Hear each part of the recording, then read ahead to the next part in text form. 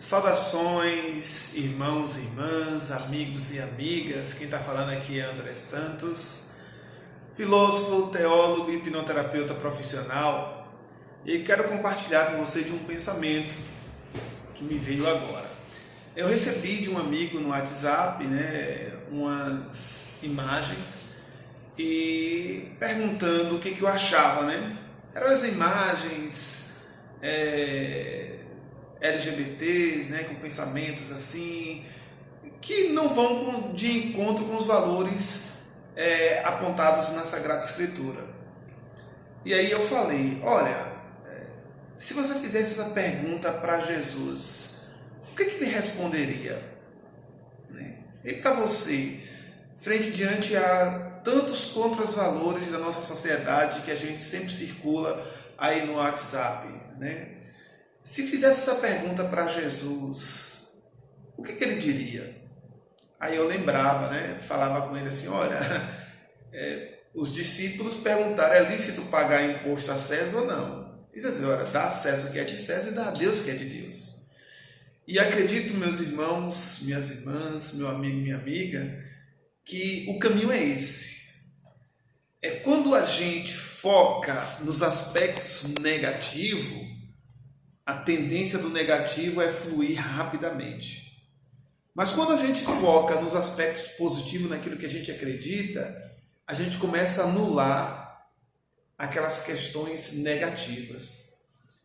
Um exemplo, eu cuido de pessoas com depressão, ansiedade, O que tinge a vida dessas pessoas, que pauta a vida das pessoas, é uma tristeza profunda. São os pensamentos negativos. E eu tenho que fazer com que ela foque nos pensamentos positivos, para assim neutralizar aqueles pensamentos negativos. Eu acredito, se a gente imagina a família como uma pessoa, personaliza uma família, a família de modo geral. Se a gente personalizar como uma família depressiva, que atualmente só foca nos aspectos negativos, nos contras-valores que a sociedade oferece, a tendência é a nossa vida, a vida da família, a gente entrar no suicídio.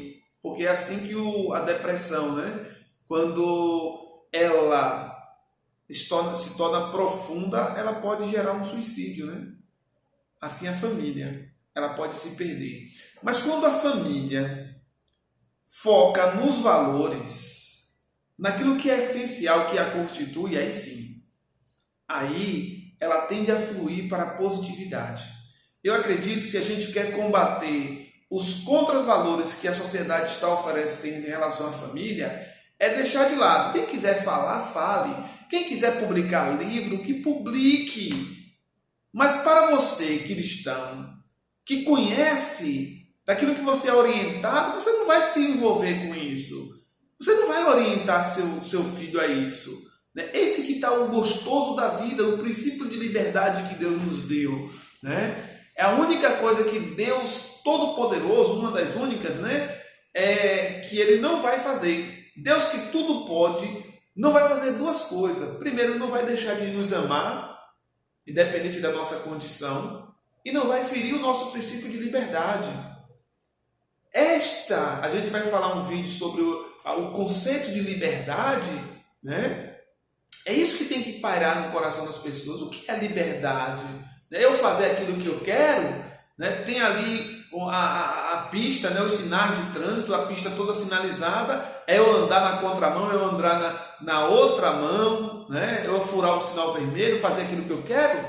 Olha os conceitos que as pessoas têm. É dizer assim, a vida é minha, eu faço como eu quero. Mas existe uma sociedade organizada. A sociedade tem que se organizar em família, Uma família organizada constrói uma família organizada. E eu falava para uma pessoa dias atrás, Dentro da família tem que ter um líder. Seja pai, seja mãe, mas tem que ter um líder. Um líder democrático. O esposo, se o esposo ele é o líder da família, ele responde. Se a esposa é o líder da família, ela responde. Mas quando se coloca uma falsa liberdade dentro da família, cada um faz o que quer, isso se estende para a sociedade.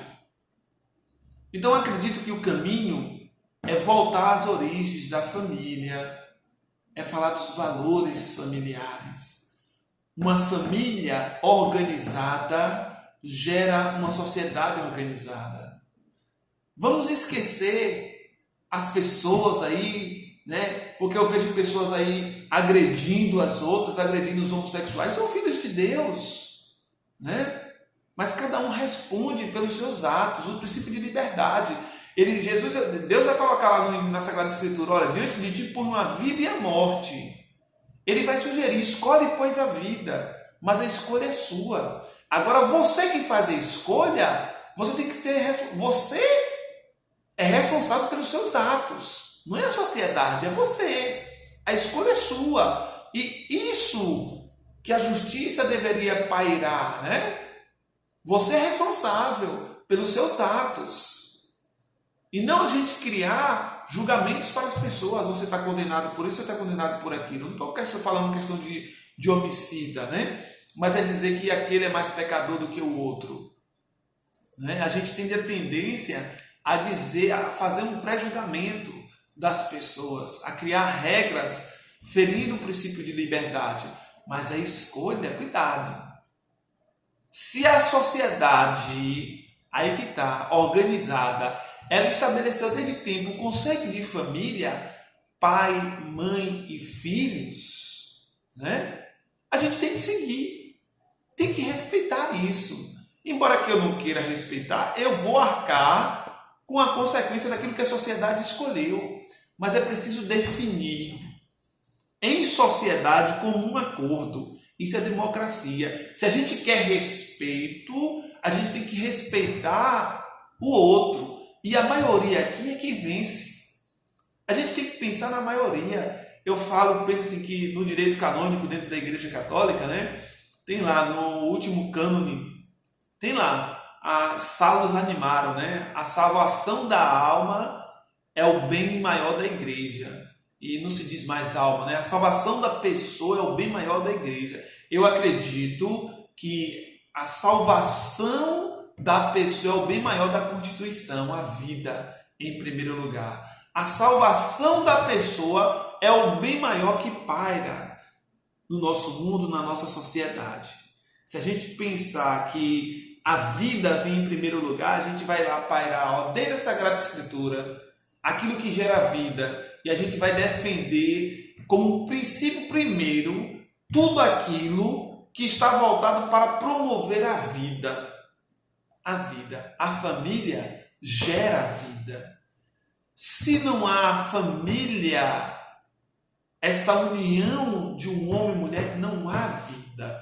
E isso deveria ser um princípio maior. A salus animarum do mundo deveria partir para isso. E eu acredito que você que é cristão, você deveria focar a sua vida nisso. Deveria focar a sua vida em expandir aquilo que você acredita, que está lá na Sagrada Escritura. E respeitar o outro. Respeitar lá. Quem não quer seguir a Sagrada Escritura, que não siga. Ora, a pessoa é livre. Agora ela tem que arcar, né, com a sua escolha. Não é isso? Ora, está lá na Sagrada Escritura, não matarás, mas tem gente que mata. Não roubarás, mas tem gente que rouba. Imagine se essas pessoas que matam buscar o seu direito. Bom, a escolha é minha. Quem disse que eu tenho que nascer justo ou injusto? Eu gosto, eu sinto prazer em matar, né?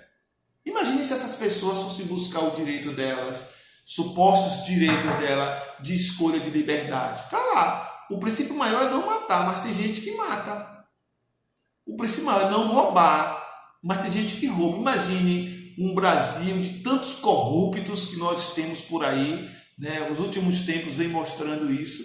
Imagine se esses corruptos fossem entrar na justiça, que são minorias, como sempre, né? Fossem entrar na justiça. Bom, eu não escolhi estar aqui para ser justo, para ser bonzinho. Eu posso.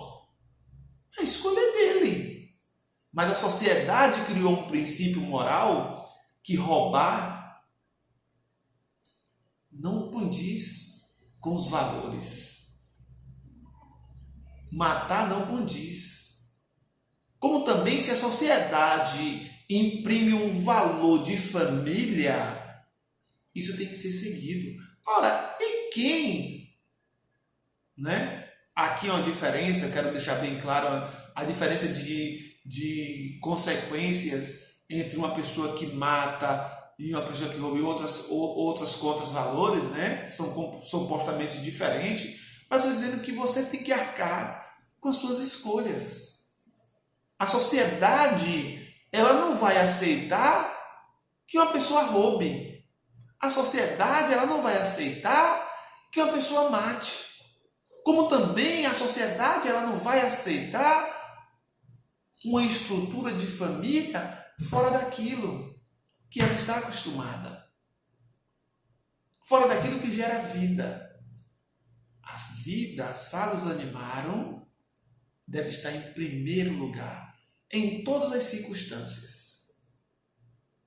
Vamos focar nisso, vamos focar a partir de agora nos aspectos positivos e deixar cada um que seja feliz da sua maneira, né?